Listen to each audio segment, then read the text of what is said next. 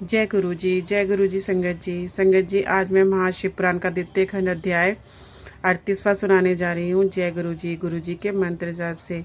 ओम नमः शिवाय, शिव जी सदा सहाय। ओम नमः शिवाय, गुरु जी सदा सहाय। ओम नमः शिवाय, शिव जी सदा सहाय। ओम नमः शिवाय, गुरु जी सदा सहाय। जय गुरु जी, शुक्राना गुरु जी। जय गुरु जी। श्री विष्णु की पराजय में वे दधीचि की मुनि के शाप को कारण बताते हुए दधीचि और शुभ के विवाद का इतिहास। मृत्युंजय मंत्र के अनुष्ठान से दधीचि की अव्यवस्था तथा श्रीहरि का शुभ को दधीचि की पराजय के लिए अत्यंत करने का आश्वासन। जय गुरु जी। सूत जी कहते हैं महर्षियों, अंतिम बुद्धिमान ब्रह्मा जी की कही हुई यह कथा सुनकर दीत श्रेष्ठ नारद विषम में पड़ गए। उन्होंने प्रसन्नतापूर्वक प्रश्न किया। नारद जी ने पूछा, पिताजी, भगवान विष्णु शिवजी जी को छोड़कर अन्य देवताओं के साथ दक्ष के यज्ञ में क्यों चले गए, जिसके कारण वह बड़ा तिरस्कार हुआ? क्या वह प्रलयकारी पराक्रम वाले भगवान शंकर को नहीं जानते थे? फिर उन्होंने अज्ञानी पुरुष भांति रुद्र गणों के साथ युद्ध क्यों किया? करुणा निधे मेरे मन में यह बहुत बड़ा संदेह है। आप कृपा करके मेरे इस संशय को नष्ट कर दीजिए और प्रभु, मन में उत्साह पैदा करने वाले शिव चरित्र को कहिए। ब्रह्मा जी कहते हैं, ब्रह्मा जी ने कहा, नारद, पूर्व काल में राजा शुभ की सहायता करने वाले श्री हरि को दधीचि मुनि ने शाप दे दिया था, जिससे उस समय वह इस बातों को भूल गए और वह दूसरे देवताओं के साथ दक्ष के यज्ञ में चले गए। दधीचि ने क्यों शाप दिया, यह सुनो। प्राचीन काल में शुभ नाम से प्रसिद्ध एक महातेजस्वी राजा हो गए हैं। वह महाप्रभावशाली मुनीश्वर दधीचि के मित्र थे।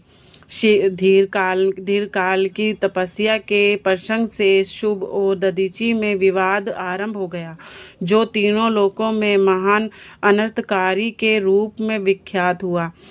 उस विवाद में देव के विधान शिव भक्त दधीचि कहते हैं कि शूद्र वैश्य और क्षत्रिय इन तीनों वर्णों से महान ही श्रेष्ठ है, इसमें संशय नहीं है। महामुनि, दधीचि की यह बात सुनकर धन वैभव के मद से मोहित हुए राजा शुभ ने उनका इस प्रकार प्रतिवाद किया। शुभ बोले, राजा इंद्र आदि 8 लोकपालों के स्वरूप को धारण करता है। वह समस्त वर्णों को आश्रमों का पालक एवं प्रभु है, इसलिए राजा ही सबसे श्रेष्ठ है। राजा की श्रेष्ठता का प्रतिपादन करने वाली तुष्टि भी कहती है कि राजा सर्वदेव में है। मुने, इस तुष्टि का कथन अनुसार जो सबसे बड़ा देवता है वह मैं ही हूँ। इस विशेषण से ब्रह्मांड की अपेक्षा राजा ही श्रेष्ठ सिद्ध होता है। जय वंदन, आप इस विषय में विचार करें और मेरा अनादर ना करें, क्योंकि मैं सर्वथा आपके लिए पूजनीय हूँ। राजा शुभ का यह मत तुष्टियों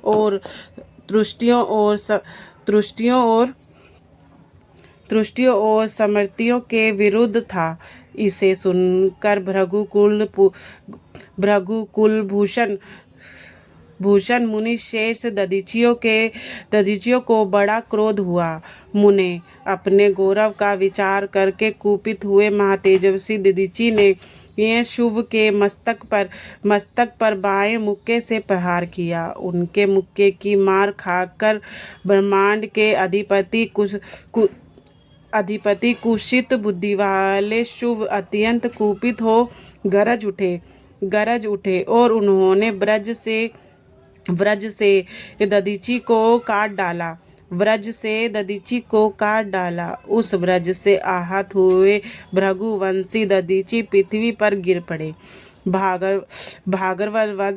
भागरवश दधीची ने गिरते समय शुक्राचार्य का स्मरण किया। योगी शुक्राचार्य आकर दधीची के शरीर को, जिसे शुभ ने काट डाला था, तुरंत जोड़ दिया। दधीची के अंगों को पूर्ववत जुड़कर शिव भक्ति सरुमणि तथा मृत्युंजय विद्या के पर्वतकर्त के शुक्राचार्य ने उनसे कहा। शुक्र बोले, अतः दधीची, मैं सर्वेश्वर भगवान शिव का पूजन करके तुम्हें तुष्टि प्रतिपादित महामृत्युंजय नामक श्रेष्ठ मंत्र का उपदेश देता हूँ। द्रंबके यजामहे, हम भगवान द्रंबका यजन आराधन करते हैं। यंबका अर्थ है तीनों लोकों के पिता। प्रभावशाली शिव, वह भगवान सूर्य, सोम और अग्नि तीनों मंडलों के पिता है। सर्वतीय, रज और मत तीनों गुणों के महेश्वर हैं। आत्म तत्व, विद्यात तत्व और शिव तत्व, इन तीनों तत्वों के आहनवन्य, ग्राकपथ्य और दक्षिण अग्नि, तीनों अग्नियों के सर्वतीय उपलब्ध होने वाले पृथ्वी, जल एवं तेज, इन तीनों मूर्त भूतों के आदि भेद, त्रिविध भूतों के त्रिविध सर्वज्ञ, स्वर्ग के त्रिभुज के तीर्धाभूत, सबके ब्रह्मा, विष्णु और शिव तीनों देवताओं के महान ईश्वर महादेव जी हैं। मंत्र का तृतीय चरण है सुगंधित पुष्टि वर्धनम। जैसे फूलों में उत्तम गंध होती है, उसी प्रकार वह भगवान शिव संपूर्ण भूतों में, तीन गुणों में, समस्त कृत्यों में, इंद्रियों में, अन्य देवों में और गणों में उन प्रकाशक सारभूत आत्मा के रूप में विख्यात है। अतएव सुगंधित युक्त एवं संपूर्ण देवताओं के ईश्वर है। यहाँ तक सुगंधिम पद की व्याख्या हुई है। अब पुष्टि वर्धनम की व्याख्या करते हैं। उत्तम व्रत का पालन करने वाले द्विज श्रेष्ठ महामुने नारद, उन अंतर्यामी पुरुष शिव से प्रकृति पोषण होता है। महत्व से लेकर विशेष प्रयत्न संपूर्ण विकल्पों की पुष्टि होती है तथा मुझ ब्रह्मा का, विष्णु का, मुनियों का और इंद्र सहित देवताओं का भी पोषण होता है। इसलिए वह ही पुष्टि वर्धनम है। अब मंत्र के तीसरे और चौथे चरण की व्याख्या करते हैं। उन दोनों चरणों का स्वरूप यों है। मुक्षी मात्र अर्थात प्रभु, जैसे खरबूजा पक जाने पर तालाबंद से छूट जाता है, उसी तरह वह मृत्यु रूप बंध से मुक्त हो जाऊं। अमृत पद मोक्ष से पृथक ना हो। वह रुद्रदेव अमृत स्वरूप है, जो पुण्य कर्म से, तपस्या से, सर्वाध्य से, योग से अथवा धान्य से उनकी आराधना करता है, उसे नूतन जीवन प्राप्त होता है। इस सत्य के प्रभाव से भगवान शिव स्वयं ही अपने भक्त को मृत्यु के सूक्ष्म बंधन से मुक्त कर देते हैं, क्योंकि वह भगवान ही बंधन और मोक्ष देने वाले हैं। ठीक उसी तरह जैसे ये उर्वा रुक अर्थात ककड़ी का पौधा अपने फल को स्वयं ही ही तला के बंधन में बांधे रखता है और पक जाने पर स्वयं ही उसे बंधन से मुक्त कर देता है। यह मंत्र संजीवनी मंत्र है जो मेरे तप से सर्वोत्तम है। उत्तम प्रेम पूर्वक नियम से भगवान शिव का स्मरण करते हुए इस मंत्र का जप करो। जप और हवन के पश्चात इससे अभिमंत्रित किए हुए जल को दिन और रात में पियो तथा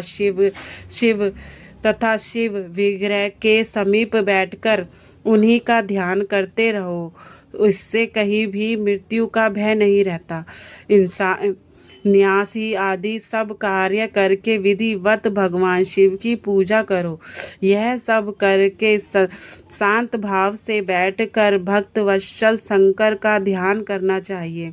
मैं भगवान शिव का ध्यान बता रहा हूँ जिसके अनुसार उनका चिंतन करके मंत्र जप करना चाहिए। इस तरह निरंतर जप करने से पुरुष भगवान शिव के प्रभाव से उस मंत्र को सिद्ध कर लेता है। जय गुरु जी, शुक्राना गुरु जी, अनंतम शुक्राना।